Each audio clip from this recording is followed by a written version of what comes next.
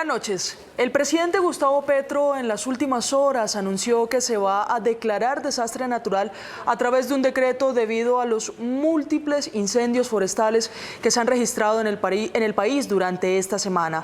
Nuestra invitada de esta noche es la directora del IDEAM, Gisliane Echeverry. Directora, buenas noches y bienvenida a Entrevista CMI. Buenas noches, muchas gracias por el espacio. Directora, ¿cuántos incendios forestales están activos en el país a esta hora? Activos en el país, hay 28 incendios activos. Esta información la maneja directamente la Unidad Nacional para Gestión de Riesgo y Desastres. Desde el IDEAM damos cuenta diariamente de las amenazas por incendios en el territorio nacional. Y directora, esas amenazas que ustedes han venido registrando especialmente desde el inicio del fenómeno del Niño, que fue a finales del año pasado, han aumentado consecutivamente en los últimos días. Por ejemplo, la semana pasada cerrábamos con cerca de 200 alertas por amenaza de incendios forestales y esta semana ya el número subió a más de 800 incluso.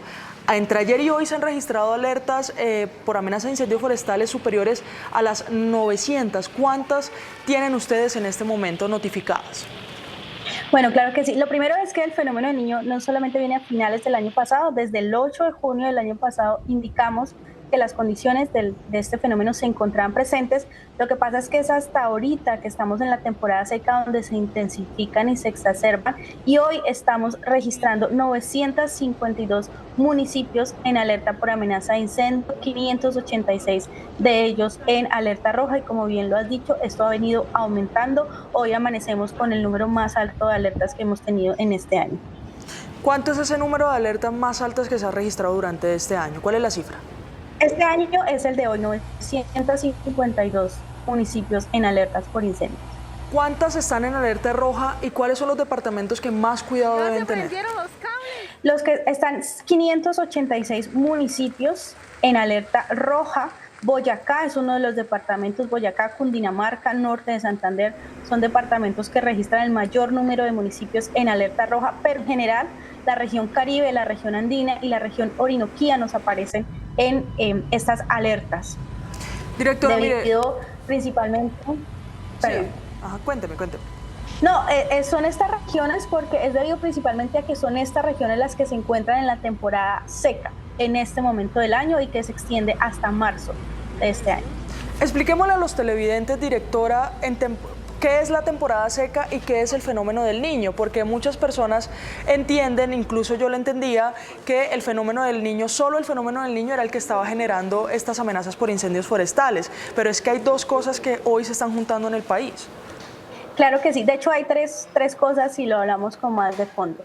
El país, especialmente estas tres regiones que mencioné, Andina, Orinoquía y Caribe, tienen un comportamiento meteorológico donde están dos épocas marcadas en el año, dos épocas de lluvia y dos épocas de sequía en el año. Esto es normal, esto ha ocurrido en nuestro país desde siempre, y estas épocas están muy marcadas en unos meses. Esto siempre pasa, hay unos meses donde tenemos menos lluvia y otros donde tenemos más lluvia. Eso es la normalidad para el país. Pero por otro lado, desde el año pasado tenemos un efecto meteorológico de fondo, que es el fenómeno del Niño. El fenómeno del Niño en nuestro país, porque para cada país también puede generar efectos diferentes, para nuestro país, para el territorio nacional, tiene unos impactos en la disminución de la precipitación y el aumento de temperatura. Cuando estamos en temporada de más lluvias, que fue el año pasado, aunque estemos en fenómeno del Niño, no significa ausencia absoluta de lluvias, sino que este fenómeno va a disminuir la lluvia normal para la época. Nuestro monitoreo desde el IDEAM mostró que efectivamente tuvimos mucha menos precipitación durante la temporada de lluvias del año pasado debido al fenómeno del Niño. Ahorita en enero arrancamos con la temporada seca y debido al fenómeno del Niño esta temporada es mucho más intensa, es decir, hay mucho menos precipitación de lo normal para una temporada seca que ya usualmente tiene pocas lluvias, pero además estamos registrando unos aumentos de temperaturas considerables en todo el territorio nacional.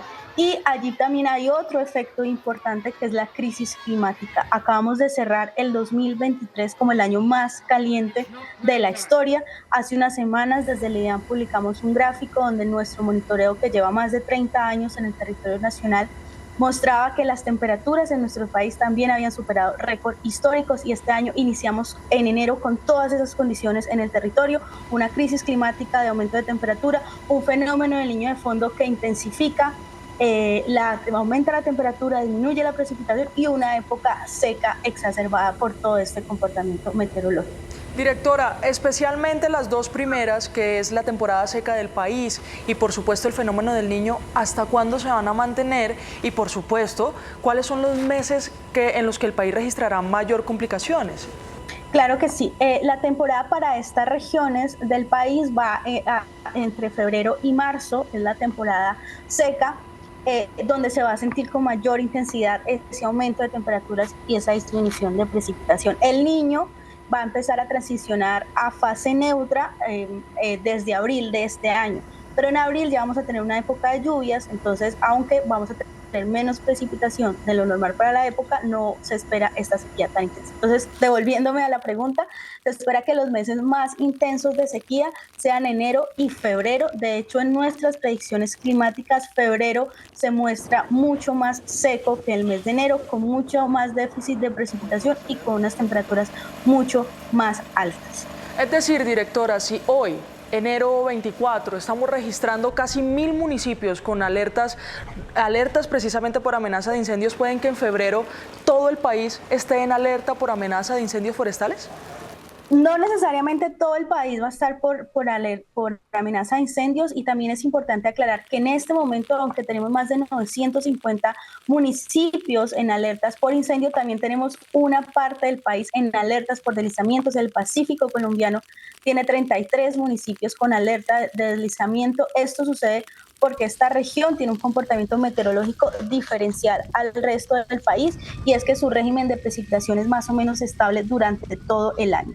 Para responder a su pregunta, no significa que durante febrero todo el país vaya a estar incendiado porque la región pacífica y la región Amazonía tienen comportamientos diferentes, pero lo que sí muestran nuestras predicciones en términos de temperatura es que la afectación sí va a ser en todo el territorio nacional, teniendo en cuenta que un aumento de temperatura puede estar relacionado tanto con una sequía extrema como con episodios muy fuertes de lluvias y de tormentas. Eso genera la temperatura general, eventos extremos climáticos. Entonces van a seguir tanto las alertas de deslizamientos concentradas en una parte del territorio nacional como las alertas por incendios. Las regiones más afectadas por el tema de incendios son la región Caribe, Andina y la Orinoquía. Esperaríamos, según marcan las predicciones, es muy probable que estas alertas de municipios aumenten en estas regiones y que muchos municipios que están en alerta amarilla o naranja puedan pasar a alerta roja durante el periodo de tiempo hasta febrero. Mire, no solo alerta roja, sino incendios que ya se producen principalmente en Cundinamarca y en Boyacá, en Santander también, pero también preocupa la sequía, directora. ¿Qué registros tienen ustedes de pronto de las sequías que se están registrando en el país? Y por supuesto, al ser febrero, uno de los meses más peligrosos, pues que se sigan registrando esta necesidad de agua en algunas regiones. Claro que sí. Dentro de nuestro pronóstico diario de pronósticos y alertas, estamos generando tanto alertas de incendios, de deslizamiento, como de caudales bajos. Nuestro pronóstico hoy está mostrando diferentes alertas en diferentes cuencas del país, especialmente en Magdalena y en Cauca. Tenemos ya varias alertas de caudales bajos. ¿Esto en qué se puede traducir? En desabastecimiento de agua, por ejemplo, o en general se disminuye la oferta de agua para diferentes usos. Ya esas alertas están ocurriendo en este momento en el territorio nacional. Y por supuesto es un llamado y una recomendación al gobierno nacional, especialmente a los ministerios de Minas y Energía y también al Ministerio de Vivienda, para que estén muy atentos a posibles estrategias que puedan implementar, ¿sí? Claro que sí, pero también decirle que este gobierno tiene una línea preventiva desde el año pasado, desde que se empezó a configurar las alertas el aumento de probabilidad de un fenómeno del Niño. El gobierno estuvo en la línea preventiva. Dentro de ese marco fue que se generó el decreto de emergencia en La Guajira, que es un decreto histórico por primera vez en la historia de Colombia, un decreto de carácter preventivo de cara al fenómeno del Niño. Pero además desde el gobierno nacional se constituyó la gerencia para el Niño, que tiene Secretaría Técnica en el Ministerio de Ambiente y en la Unidad Nacional para Gestión de Riesgo y Desastre, y bajo ese marco todas las carteras del ministerio, MinVivienda, agricultura, energía, pero también educación, comercio, salud y los demás sectores han generado un plan preventivo y una ruta de acción para este momento de llegada a la sequía. Así que todas las carteras y todos los ministerios están, por supuesto, con línea para este momento que estamos viviendo ahora. También me imagino están articulados con la unidad de gestión de riesgo para atender posibles damnificados, por ejemplo en esas zonas rurales en donde hay gran población de campesinos. Claro que sí, como le he contado, la Secretaría Técnica de esta Gerencia del Niño reposa sobre la Unidad Nacional y sobre el Ministerio de Ambiente. Aquí lo que es importante, y esto es resorte de la unidad, no del IDEAN, es la articulación con los entes territoriales, quienes son los primeros que dan cuenta o informan o deben atender la emergencia, pero también es claro que esto muchas veces desborda las capacidades de los municipios y debe escalarse, digamos, a nivel nacional, y creo que ahí es donde se ha pronunciado el presidente para también hacer esta declaratoria. Claro, y hacia allá voy, directora, y es la declaratoria de desastre natural. Ustedes son los encargados de entregar toda la información, por supuesto, al presidente de la República, a los distintos ministerios, y con esa información pues se toman varias decisiones. ¿La declaratoria de desastre natural es necesaria? La declaratoria en línea de nuestra recomendación no va, por supuesto, en generar una declaratoria, sino en dar información y en generar las alertas, pero entiendo que la declaratoria se da porque las capacidades, o más bien las demandas de atención desbordan las capacidades de los entes territoriales y debe entrar el gobierno nacional actual. Por supuesto, esto es una emergencia nacional y es importante que se pueda movilizar recursos, capacidades de todo el gobierno para la atención a estas alertas. Nosotros seguimos alertando, insisto, sobre un mes de febrero aún más caliente y aún con menos, o sea, con más sequía, con menor precipitación. Así que es necesario, consideramos que sí es importante tomar todas las medidas necesarias para atender esta amenaza. Directora, la siguiente pregunta es si se puede o no se puede recuperar esa cobertura vegetal que ha sido afectada por los incendios, o qué estrategias se podrían implementar para eso, qué recomendaciones hay para eso.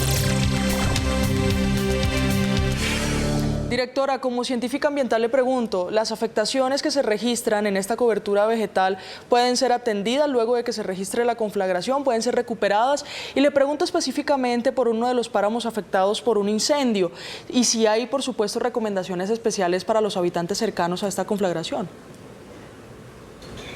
Mira, las recomendaciones más importantes siempre van del lado de la prevención. Se ha hecho una campaña muy fuerte desde el gobierno nacional con el lema "El niño no es un juego", donde se han enfocado en diferentes recomendaciones para evitar que ocurran estos incendios. Hay muchas prácticas naturalizadas en la ciudadanía, como quema de leña o quema de basura, o en general, que dadas las condiciones climáticas son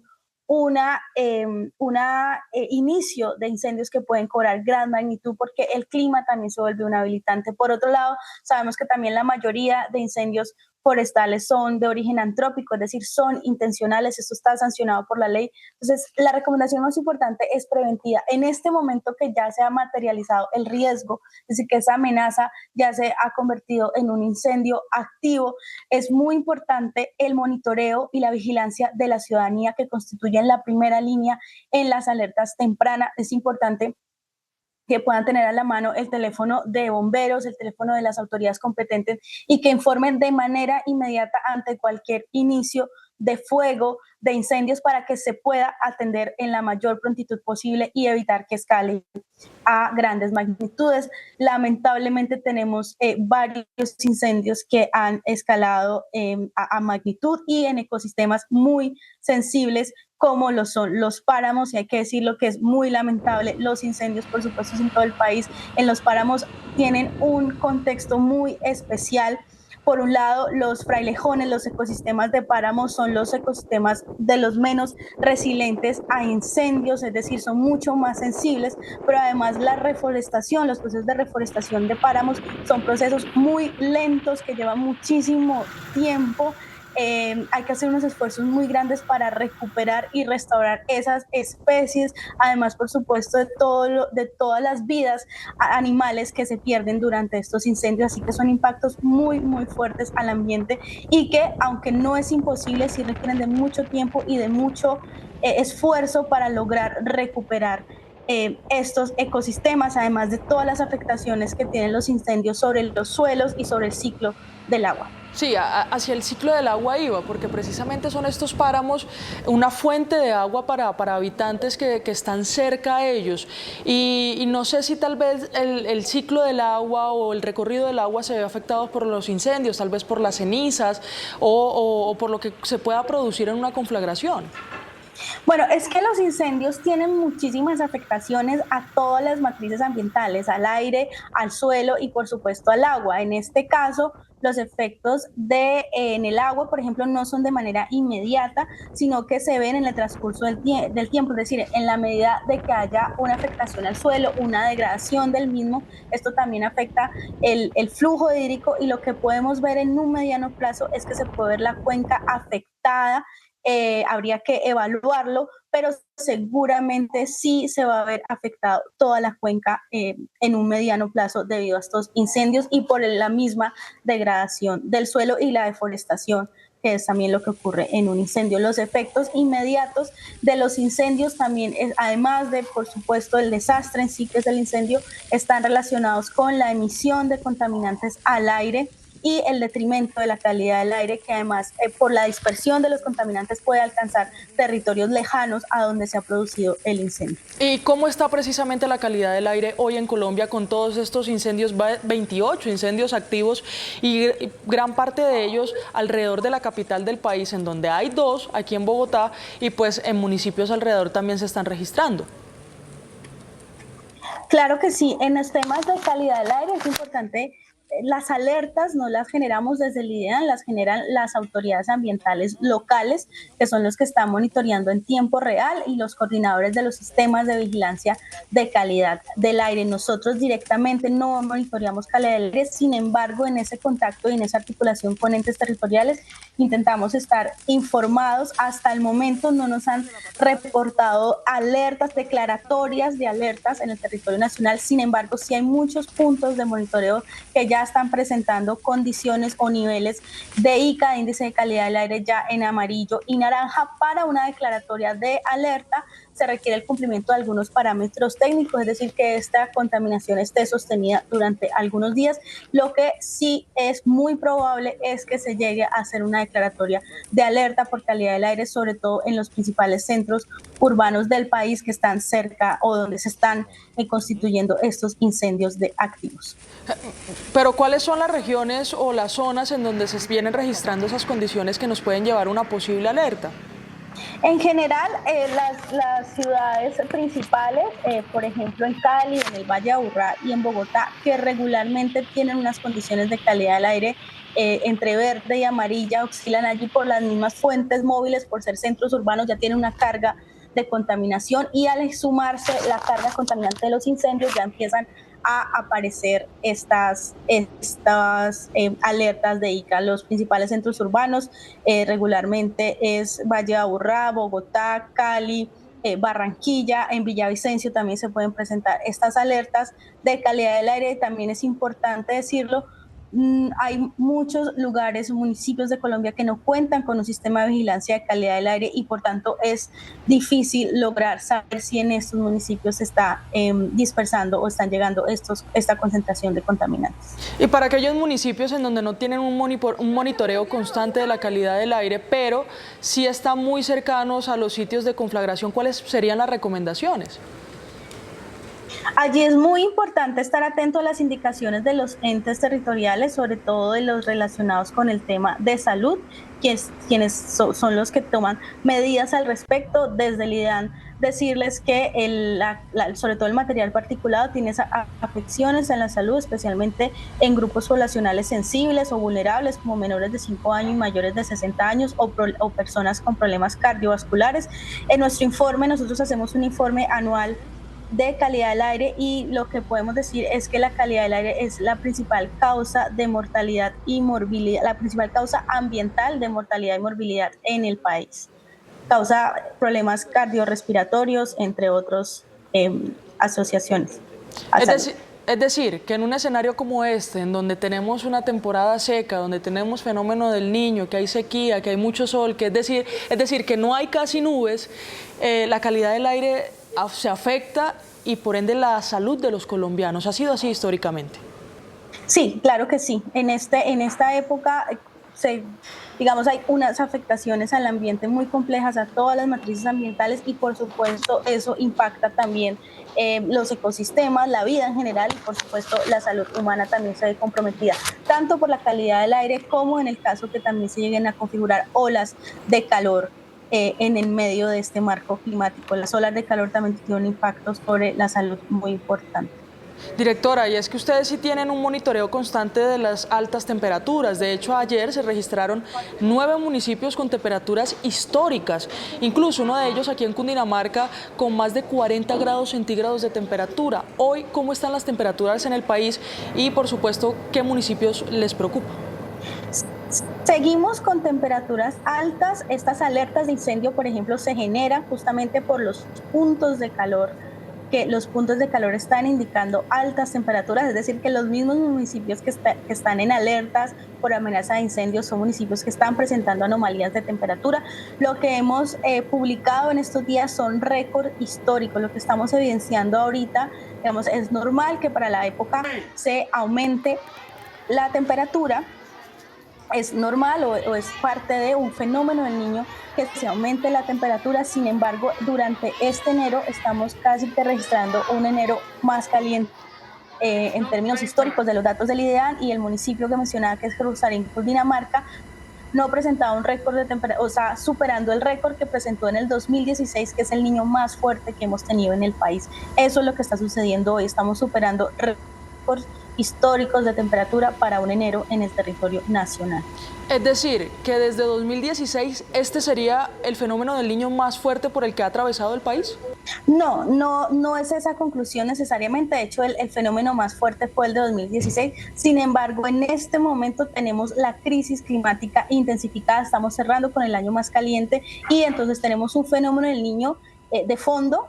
El que tuvimos en el 2015 fue muy extenso. Se está pronosticando, digamos, la probabilidad es que va a ser mucho más corto, no va a ser tan intenso y tan extenso como en el 2016. Sin embargo, lo que está ocurriendo en este fenómeno del Niño es que está sucediendo en medio de la intensificación de la crisis climática, del aumento de la temperatura global, y es por eso que estamos registrando históricos de temperatura en el territorio nacional.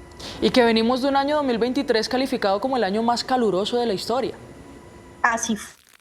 Cerramos con 1.45 grados Celsius por encima de la media, recordando que todos los esfuerzos internacionales que se hacen y los acuerdos y los tratados son para que al 2030 no superemos 1.5, esa es la meta, frenar la emisión de gases de efecto invernadero, mitigar estos impactos para que no superemos el 1.5, pero ya en 2023 estamos cerrando con 1.45. Esto realmente es muy alarmante, y venimos además de un año, no solo el más caliente, sino un año sin análogos en términos climáticos, porque para un año el fenómeno del Niño es el calentamiento del Océano Pacífico. Usualmente el Océano Atlántico se enfría por compensación térmica. El año pasado tuvimos ambos océanos calientes, y generó esto que en la temporada de ciclones tropicales también se superaran récords en términos de ciclones tropicales mucho más frecuentes, y un número también sin precedentes en la historia. Esto es lo que tenemos hoy. Tenemos un escenario climático sin precedentes en la historia. Directora, no solo para los incendios, también para la ola de calor en la que se está registrando en el país, para la sequía, para muchas otras cosas que están pasando hoy, ¿cuáles son las recomendaciones? Bueno, en general, desde el IDEAN generamos las alertas, los números, las cifras. Las recomendaciones son esas que surgen del cruce de nuestra información con el contexto de cada región. Es importante también decir esto, el país es un país biodiverso en todo sentido y también en clima. Entonces, no es la misma situación en el Pacífico colombiano que en el Caribe o en la región andina, y hacer una recomendación general estándar, homogénea para un país tan diverso es complejo, pero en línea de las regiones donde están en alertas por incendio y altas temperaturas es evitar estas prácticas que puedan generar incendios. Es importante estar haciendo monitoreo, vigilancia ciudadana y reportar en el caso de que se materialice el riesgo, es decir, que haya un incendio activo, reportar de manera pronta y oportuna para que se pueda hacer una atención en el menor tiempo posible. También es importante estar muy atentos a las recomendaciones de los entes territoriales. En caso de que se generen, por ejemplo, alertas por calidad del aire, serán las entidades territoriales las que den las recomendaciones. Pueden haber incluso medidas como temas de movilidad para evitar la emisión de más gases a la atmósfera. Cada región, cada municipio, dependiendo de su contexto, tendrá recomendaciones. Asimismo, con el tema de cultivos, esto se tomará también en cuenta en cada territorio, pero el ideal, nosotros estamos generando 3 pronósticos al día. Les invitamos a que nos sigan, a que consulten, a que efectivamente puedan revisar lo que está pasando, a que la información que nosotros generamos les pueda servir para planificar desde las cosechas hasta las salidas recreacionales o etcétera, todo lo que puede ocurrir a partir de planificar a partir de una decisión informada. Pero en general, siempre desde el IDEA, la recomendación es sigan, por favor, estén atentos a lo que digan sus autoridades regionales, que son las que toman medidas muy específicas para cada contexto. Bueno, directora del IDEAN, quien además está en Tumaco, Nariño, con gran parte del gobierno nacional en lo que ellos han denominado la toma del Pacífico. Muchas gracias por acompañarnos esta noche. Hasta luego, muchas gracias a ustedes por el espacio. Y a ustedes, queridos televidentes, los invitamos a continuar aquí en Noticentro 1, CMI.